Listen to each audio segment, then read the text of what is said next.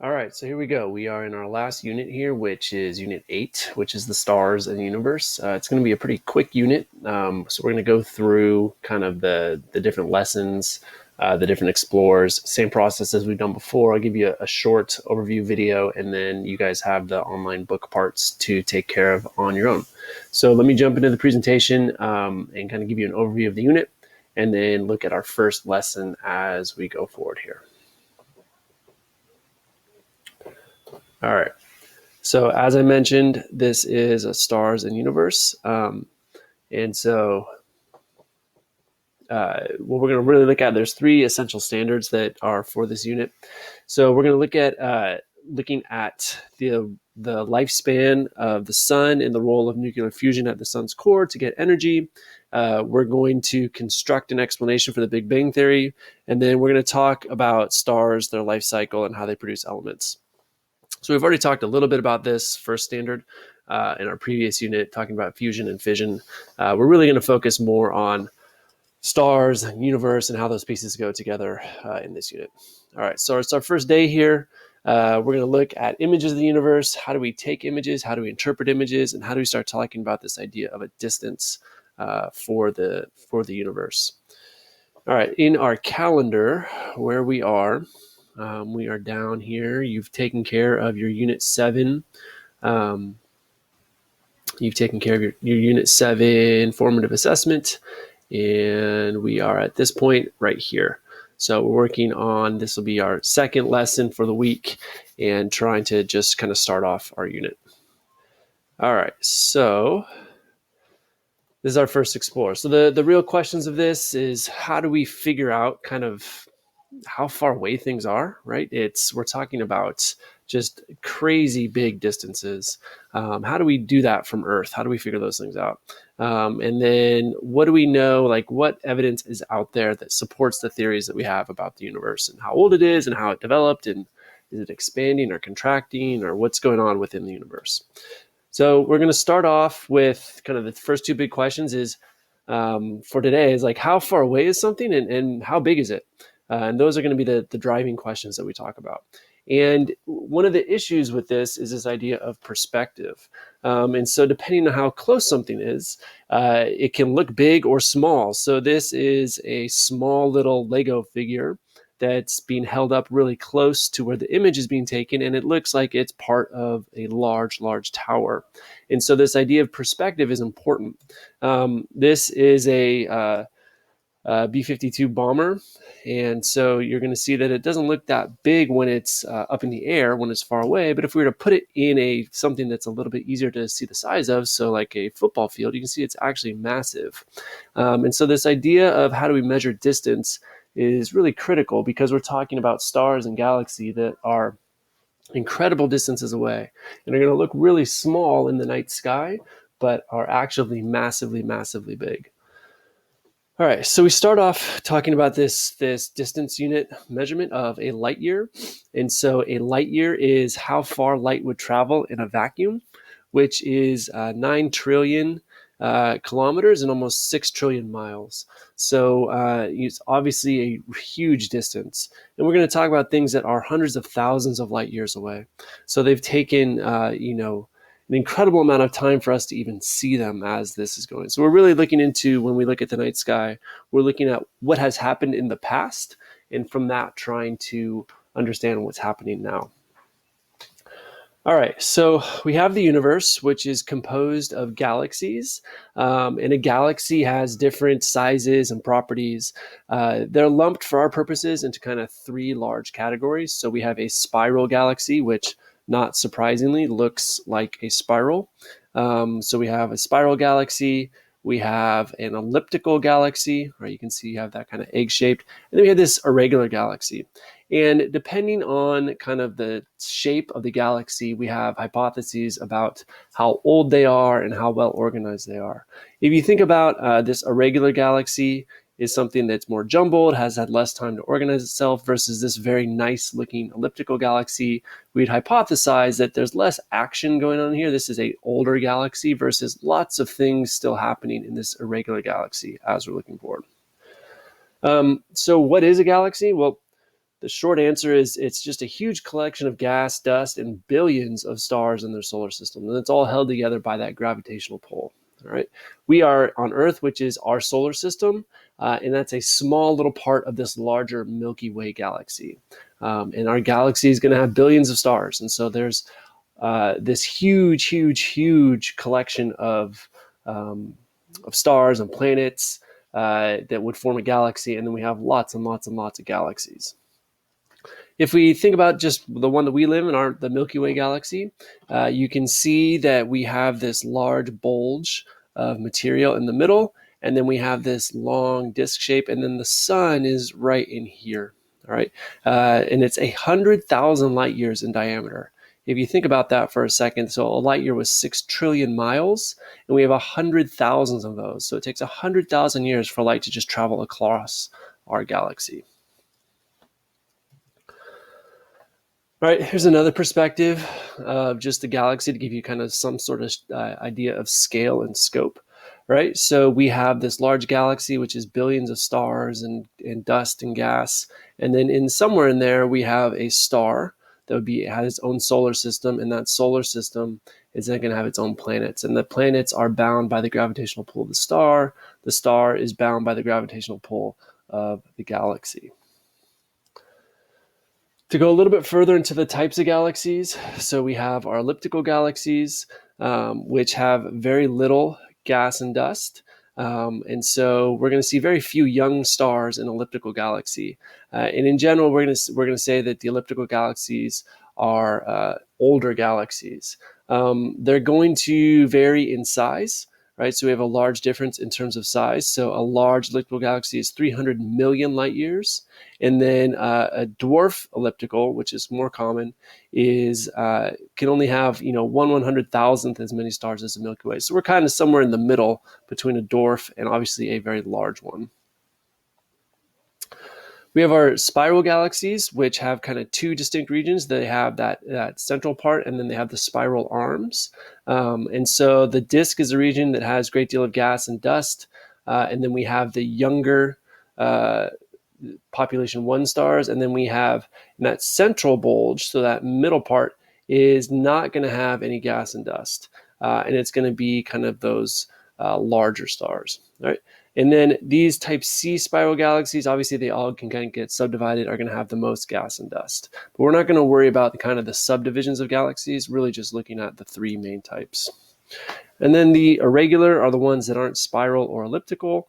And so they're going to have a wide variety of shapes, different characteristics, and they're going to basically we can think of them as those kind of younger galaxies, or potentially galaxies that have been created as 2 or more galaxies have come into contact with each other, and those gravitational forces are no longer in balance. So you have more interactions there. Just to give us another sense of scope, right? So this is from the Hubble telescope, and then each dot, this is one little section of the sky. Each of these dots is its own galaxy. So we have our own Milky Way galaxy, which is one of these tiny little dots. And this is just one small little fraction of the night sky. So the size of the universe is truly hard to wrap your head around, but it's a massive, massive place. And the scales and the sizes that we're talking about are really, really hard to wrap your head around. All right, so those are the galaxies. That's how those are created. And then what makes up a galaxy? Well, a galaxy is going to have different components in it. One thing it could have is what's called a globular cluster. And a globular cluster is a kind of tightly packed symmetrical version or collection of millions of stars. All right. So it's not its own galaxy, but you can think about it as this kind of grouping, or as it says, cluster of stars. And then it would be, it could be something that it would be, before a galaxy was formed. But you have these large clusters of stars that exist within a galaxy. What else you have within a galaxy? This is a picture of a globular cluster. Would be nebulas. So this is just a collection of cloud and dust, so not necessarily stars, but they can basically be formed from an explosion from a dying star, such as a supernova, and you're going to get this large collection of dust and gas that's still collected in space. And some of those images are beautiful. So this is an image of a nebula. This is a gas nebula, and you can see that you have all this kind of more dense collection of gas and dust that you'd find in a nebula. All right. And then the kind of more familiar component is we have stars that are in a galaxy, and those stars are going to have a solar system attached to it. So this is an image of our solar system. We see we have the sun, and then we have planets, which are larger or smaller, and then we can have big or small comets that are also orbiting the sun and are in the solar system. So part of the textbook has you kind of organizing those things. If you keep these principles in mind, you'll see that kind of hopefully makes sense as you're going through it. All right, so the second part of today is, well, how do we view this thing? Like, how do we know what it's looking like? And so one way we can view it, and the oldest way to view it, is just to look up in the night sky and use the visible light spectrum to see what it looks like. So this would be just if we use even a strong telescope like the Hubble telescope, we see what we can see on that visible spectrum. But if we remember that in the electromagnetic spectrum, that visible light is just one little part of the kind of radiation that light exhibits. And so if we look at it with infrared, we get a different picture than maybe even X-ray emission. So scientists use a full range of electromagnetic spectrum radiation to view what's happening from space. And that gives a more complete picture than just looking at the visible light spectrum, which is what we're used to. Whereas if we broaden that, we get a larger sense of what's actually happening in space. One of the issues that we have with this when we're trying to measure things is all of these components are moving, and we're moving as well. So we're rotating each day, and we're also moving around the sun. So one of the ways that we figure this out is this idea of what's called parallax.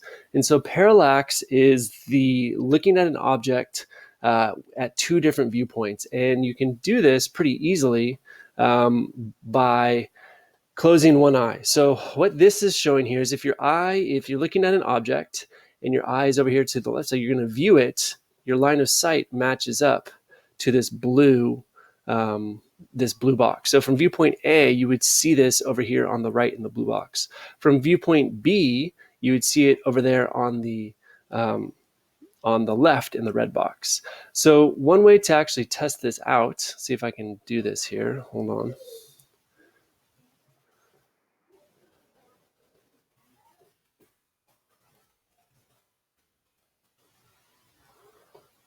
All right. If you want to test this out, what you can do is cover up one eye and then point at something. And then see where it is. So then keep your finger pointing there. And then if you open up your other eye, if you open up and switch eyes, so now you've closed that one, what you're going to see is that it looks like your finger is jumping. And that's exactly what that image is trying to show. So that shows you kind of what parallax does and how it looks at this idea of motion in there. So how is that used? Well, that's used by taking measurements of where something appears in the night sky based on where it is at different points in the year. So if we think about January and July, which are 6 months apart, if we try to see where something has shifted, so we can see that we've had this shift in where things are relative to each other, that gives us a sense of where it is. And then the video we're going to watch in a second gives you a kind of a better viewpoint of what parallax is going to be and how it's used in everyday language. So I'm going to try to play that video for you. I'm also going to give you a link to it so that you can view it on your own. Okay, so we're going to see how this video relates to kind of how parallax is used. That idea of parallax, where different things look like they've shifted based on your viewpoint, to actually measure things that are in the sky.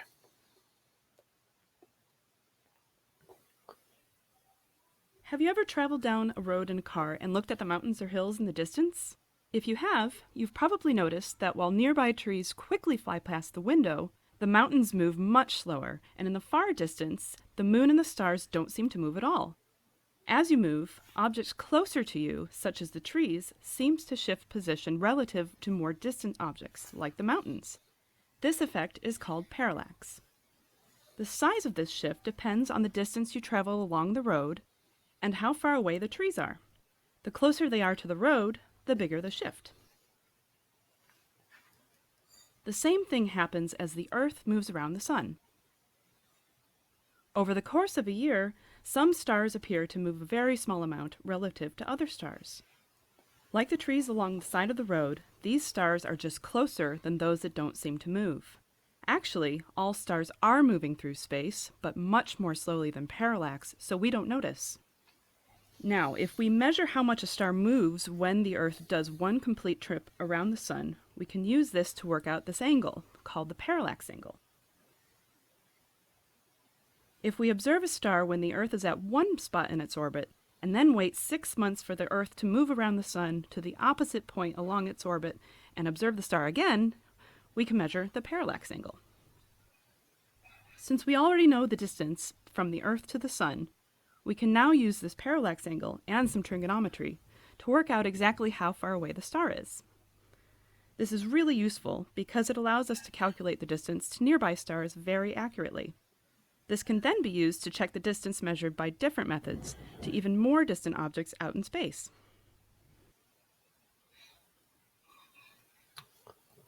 Okay, so hopefully that shows you a little bit kind of how parallax is used to actually measure the distance of stars. You now at this point should transition to the online book. So use your Clever portal to open up and find the assignment. You'll have our Unit 8, the first lesson. And then if you get stuck on something or after you've done it, you want to just review, you have the homework helper video there that you can utilize to help you go through it. And as always, with any of this, if you have questions, don't hesitate to reach out.